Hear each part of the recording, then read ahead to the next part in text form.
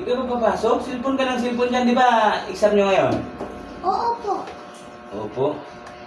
Siguraduhin mo lang makapasa ka sa exam mo. Pag hindi ka makapasa, huwag mo na akong tawagin papa, ha? Okay. Sige na. Puro ka cellphone ng oras na.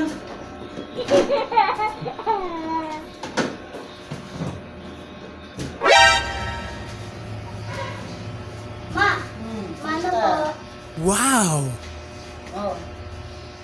Pare, mano po? Oh, bakit yun pare? Mayos kayong dalawa ha? Ano naman pag-usapan niyo bakit pare? Bumagsak yan. Bumagsak ka na. Sabi daw po ni Papa, wag ko na daw po sa pagkakas. Papa, kapag binagsak po ako sa exam. Hindi mo na inayos yung pag-isa mo, puro ka ng cellphone.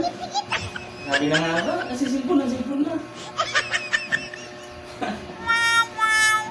Huwag ka na mag-cellphone ha. Sabi ako pag may mag-exam, may ayusin eh. Ano